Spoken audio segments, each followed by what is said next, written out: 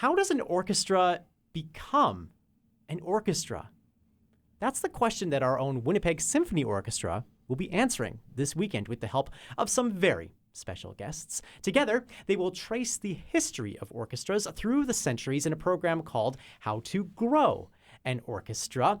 And we're joined by two of the performers who will help to facilitate that growth. Narrator Lara Rae and conductor Armand Birk. Welcome to the Classic 107 studios, you guys. So nice to have you here. Thanks for having me. Thank you very much. We're so excited. So first of all, maybe I'll start with you, Lara. How did this idea first get broached to you, and then how do you, in turn, then start to bring this program to life in your narrations and the way that you're illustrating this? I think the original genesis was that I think we were talking last night. I think it was over 8 years ago now. Second City. We're touring a show called Second City's Guide to the Orchestra, which was the Second City troupe working with various orchestras, touring around and doing classical music-related sketches and things like that. And then Colin Mockery in Toronto had been a kind of the MC and a little bit of a through line through the show. They wanted to bring it to Winnipeg. Colin wasn't available, and they approached me, There you go. Being a comedian, but also having some people were somewhat aware that I was the opera reviewer at CBC for a while, and that I had some interest and connection to long hair music. And so this is where I came in. And then I believe it was our friend Julian Pellicano, who's now down in the States, in Toronto. And before he left, he and I had done the Second City thing together, and he was very eager, as I was, to work together again. And so I think he dropped the idea into the org at some point, and when they re-established these Sunday Pops shows, which are doing very well, they thought, let's bring some comedy to it. And so I'm very grateful. I was going to ask, how does comedy factor into this story of telling the evolution of the orchestra over the centuries? Well, I mean, as you all well know, and I'm sure your educated audience know, I mean, the notion, the kind of classist notion of this, classical music and stuff being on some high plateau based on cost and ticket prices and so on, is relatively new. Mm-hmm. And still in Europe, as expensive it is, you can still get a ticket for $1, and people will hang off the balustrades and look in if they can, because the times that were, and so it's all terribly exciting. But I mean, I think my get into the intersection was actually reading Mozart's letters, especially in their unexpurgated version, and realizing, along with that magnificent film, realizing that the people that made this music were making music to entertain people of their time, had no interest or even imagination of posterity. And or just working artists like us, but like me imagining that somehow my act was going to be listened to, and people were going to talk about my jokes in 100 years. It's absurd. Right. Well, it's not really absurd, but you know what I'm saying.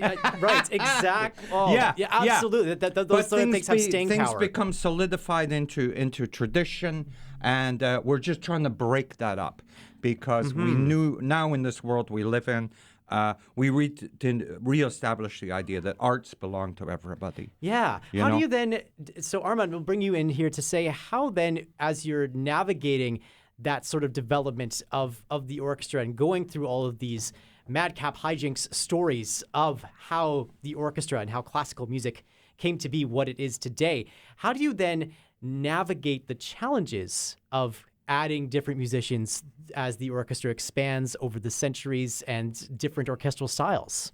I think what the coolest part about this show for me is that we're starting really from the most basic music we can think of, well, other than singing in the beginning, is a conch shell. So the concert's going to start with Michiko, one of the horn players, and she's just going to play a conch shell. And with every piece, the orchestra will just get a little bit bigger. The music is going to get a little bit more complex, more modernized. and you'll really be able to see the orchestra grow before your eyes. And so, to me, you might look at this this program like, why is Copeland Hoedown and Entrance of the Queen of Sheba and Jurassic Park on the same program? It might not make any sense that way, but when you look at it and go through it, realizing how music has changed, how it's gotten bigger, to me, it's the perfect concert to get into classical music or orchestral repertoire if you've never been before. Yeah. It touches, if you like video games, we have World of Warcraft. It really jumps. It shows so many different varieties in a very natural way, linked through comedy. Okay. And the elevation of the two art forms is somewhat interesting. I mean, stand-up comedy, which maybe have begun with Mark Twain, is a little bit less of a history, but it's the same kind of idea. And so people would tell stories and jokes, and then it became more personalized. And then you had the Jerry Seinfelds and the observational comedy, and we built on that, and it got more sophisticated, but at some point you realized you didn't have the tools, and the art form didn't have everything you needed, so you started to invent things, right? So, the trumpet, before Haydn's first concerto is not seen as a solo instrument and right. so on, and even begins with that little fanfare that's so corny, and you're like, oh, here we go again, and then all of a sudden it opens up, and now we have an instrument that is seen with a completely different set of eyes. And the same with, at some point, people, by the time we get to Wagner, people are actually kind of inventing instruments that don't exist to get what's in their head out there. And this continues to this day. People and classical composers going to auto junkyards and finding the sound in there. And even the way people are transcribing music is changing. So it's constantly evolving, constantly interesting, constantly mixing with other genres. And therein lies some of the challenge for you, Armand, as you are leading the orchestra through these different styles of music. Maybe talk about some of the challenges that the players in the symphony then have to face if they're going from sort of the early iterations, to borrow Lara's example, to borrow that Haydn sort of trumpet idea, taking it all the way towards Wagner, and then ultimately playing video game music, and how instruments are utilized in a very utilitarian sort of a way. I think what it can be challenging for the musicians is, as you're saying, on the same concert, we're going to play some Gabrieli, and then now we have John Williams or John Astasio, and it's about finding a way to sort of migrate your style and playing throughout, because, especially for the strings or the oboes and the arrival of Queen of Sheba, how they're going to approach phrasing, style, even general articulation is going to be vastly different than how they're going to approach it in Tchaikovsky or in Copeland or anything down, or Sing, Sing, Sing, It's, and I think that's part of it, is being able to stay so engaged into the narrative that the entire concert has, and how can we progress in our music making and our style throughout all of those periods. Wow. I'm going to bring you both back to the period in your life, whenever this was, where you were sort of first learning about what an orchestra was and where it existed in our modern culture. What would seeing this program have meant to you as you learned about the orchestra? Maybe what are some misconceptions about classical music or orchestral music that maybe this concert would have helped to disabuse? Maybe I'll start with you on that one, Armand.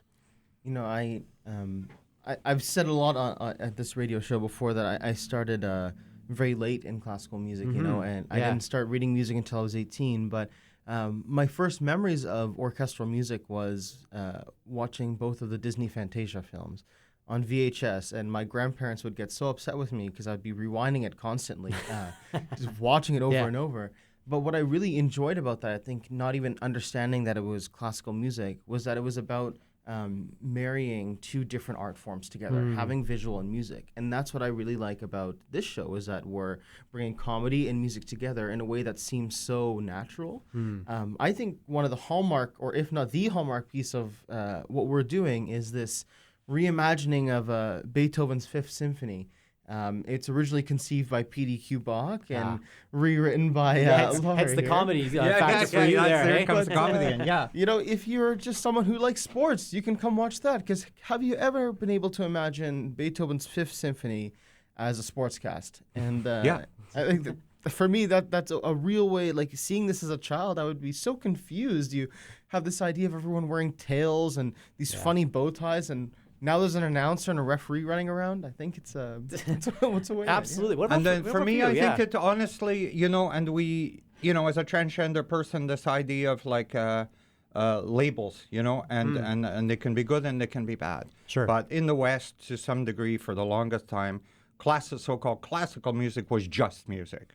And then by the 20th century, you had this kind of division, and then you had breaking off into different pieces where rhythm, in blues and rock and roll, and a more simplified kind of beat that carries all the way through. Yeah. But still, those elements were in classical music. And then as soon as I discovered opera, I realized that these tunes may be longer, and the voice and the octave range is much more grand and takes a while to get used to. Sure. But the melodies are just as earwormy. Mm-hmm. And then growing up as a kid, realizing that people would talk about how there was a bit of Bach in the Beatles and Nina Simone, and I was too young, but I've seen her on clips moving a little bit of a Bach fugue into some of her jazz things, that this is just music. And music around the world talks to each other, and it grows out of that. And then these earworms, Mozart's 40, na na na na na na na na na na na na na na na na na.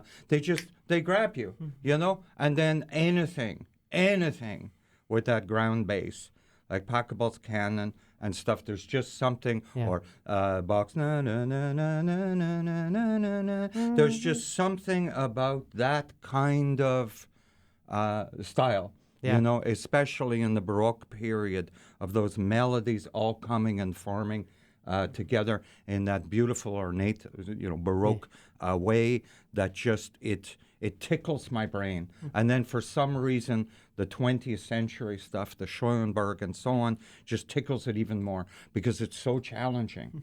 But we're so used to dissonance in like psycho, we realize that dissonance is part of the music of the world. And there's no more period in history that's more dissonant and upsetting and violent than the 20th. But we've got no point because of film music and people appreciating that something like Berg's Violin Concerto, which was so difficult for the general public to understand, written in that basic 12-tone style, is now played at the Pops, right? The BBC, along with Elgar and all that kind of stuff. It's just part of the canon now. And there's nothing more exciting to me than that 20th century music. Through people like Burton and stuff, has risen. Because if we don't have new composers, like our dear friend, the late Jocelyn Merle, bringing the music forward, John Adams and so on, then it is going to atrophy and die. Yeah. There's only so many ways that you can play the Jupiter Symphony and so on. Yeah. But it's beautiful. It is. Dynamic and changing. And we had rap, remember years ago, the symphony? I was at that beautiful concert with the rappers. The New Music Festival is the highlight of my year. It's just, it's magic. It's breaking down all those boundaries that you were saying. That concert taking place on Sunday, How to Grow an Orchestra, 2 p.m. at the Centennial Concert Hall. We'll have more information I'll be on funny. This. And that goes without saying, my friend. More information at our website later this morning, classic107.com and the Classic 107 app. And by the way, if you do attend this concert, you'll see a little cameo from our very own Chris Wolf as well, I understand. Yes, we had some good fun yesterday. Oh, good.